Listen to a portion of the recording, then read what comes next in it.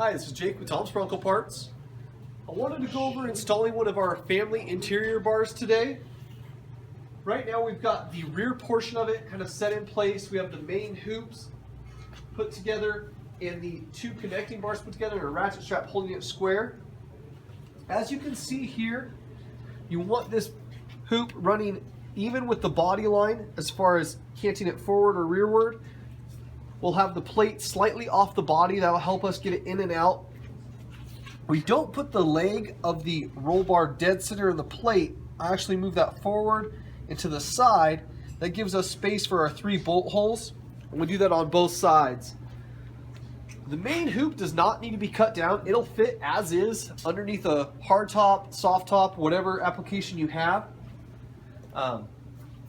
However, I did trim down the length of these connecting bars. They come at 31 inches. These are about 27. The reason for that being, if you look here, the plate is very close to the front portion of the rear wheel well. I like that because then you can slide your seat farther back, or if you are mounting a 3-point shoulder belt, the box can sit there and it won't interfere with your seat. Another thing to pay attention to is on these connecting bars, look at them here. If you set a level up there, it is slanting slightly forward, but that should be in relation with the quarter panel at the same degree. We put the connecting bars just past the bend and tacked them in place. So what we'll do now, we'll get everything squared up, and then we'll start the process of the front cage, and we'll get back with you when we start that process. Okay, we're back here at the Bronco.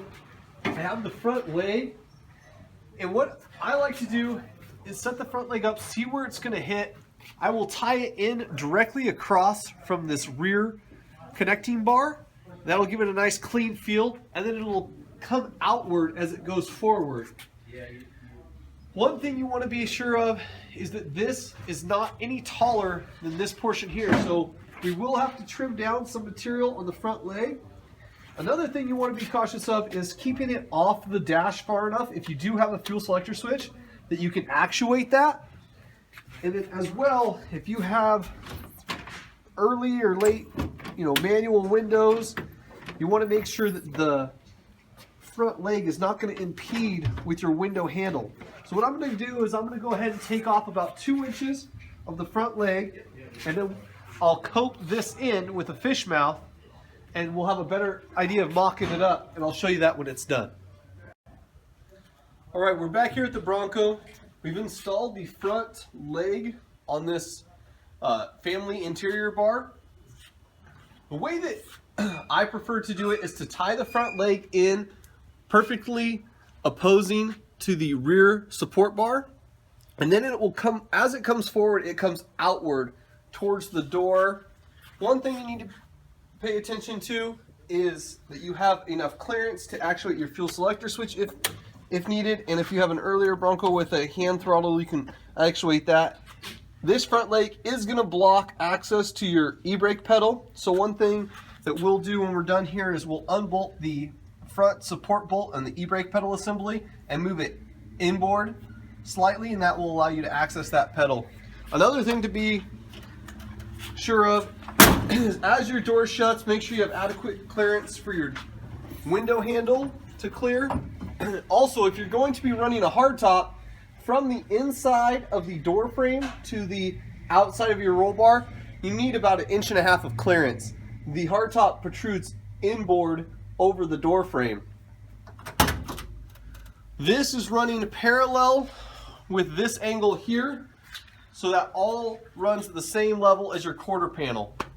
We'll go ahead and get the other side mocked up, and then we'll put our support bars across, and I'll show you the spacing on those. Okay, we're back here with the Bronco.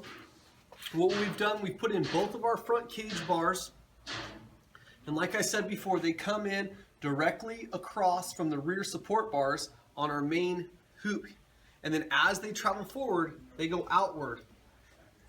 They're level side to side, and then also I made sure that they clear our window handle. They're going to clear a hard top So by doing that off the inside of the windshield, the door window frame, you want at least 1.25 inch spacing.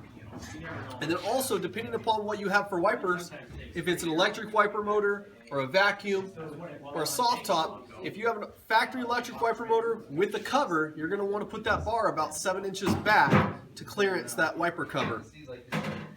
So basically, to reiterate, we started with the rear portion of the family interior bar. We squared it all up, got it level, made sure it was running parallel with the quarter panels, tacked it in place. At that point, you would bolt down your foot pads. We only tacked these because this Bronco is not actually getting this interior bar. This is going to be in Tom's Bronco. Then once that's all squared up, you start moving forward to your front cage section. Make sure that that's running nice and parallel with the same top bar here and running parallel with your quarter panel. And then it's going to go outward slightly and then come down. Make sure you're clearing your dash pad if you're going to be running the dash pad, your fuel selector switch, anything. Just pay attention to what you're doing and make sure you're going to clear anything so you don't have an issue later once you've fully welded up. Our next step will be to get our support bars across the top. That'll solidify it, make it more rigid. We'll lift it out, get a couple guys to help us lift it out, and we'll weld it up fully at that point. Okay, so we have everything in place where we want it. We put the front crossbar in place. We've got a few small tacks. Prior to lifting the roll bar out of the vehicle, we're going to go ahead and put some real tacks on it to hold it in place so nothing moves while we go ahead and do that. So we'll go ahead and get these two areas tacked up, and I'll move forward and I'll get back with you when we're done here.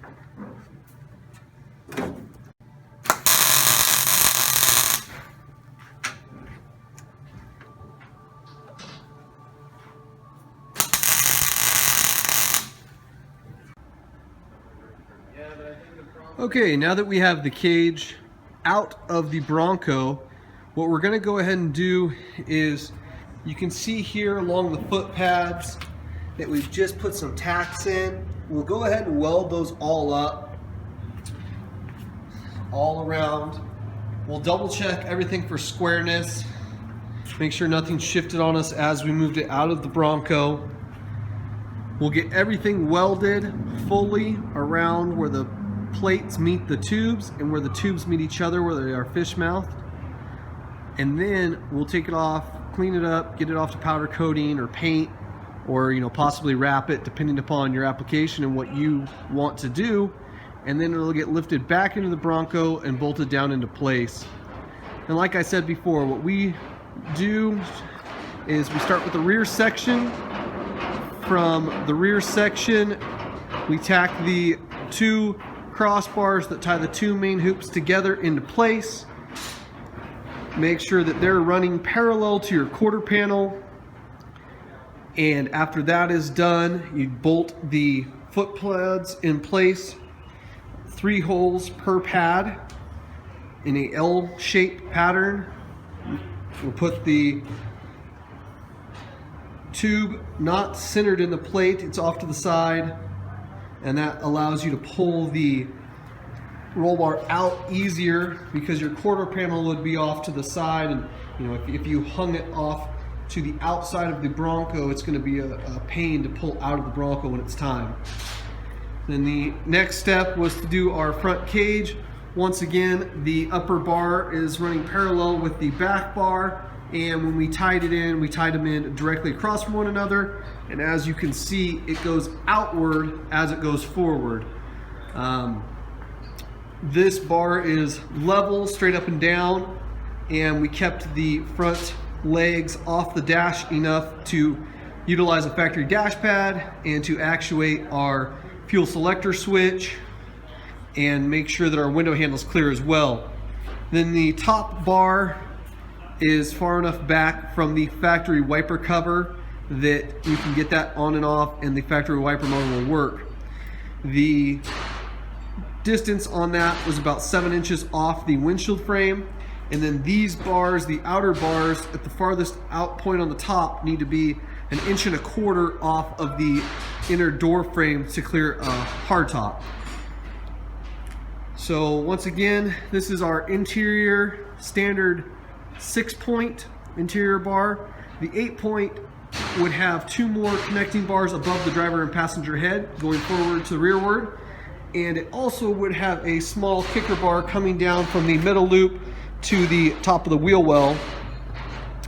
But the process is pretty much the same. You would get it in, tack those pieces in, and then lift it out of the Bronco and go ahead and weld it up. If you have any questions, feel free to give us a call or check us out on the web at tomsbroncoparts.com.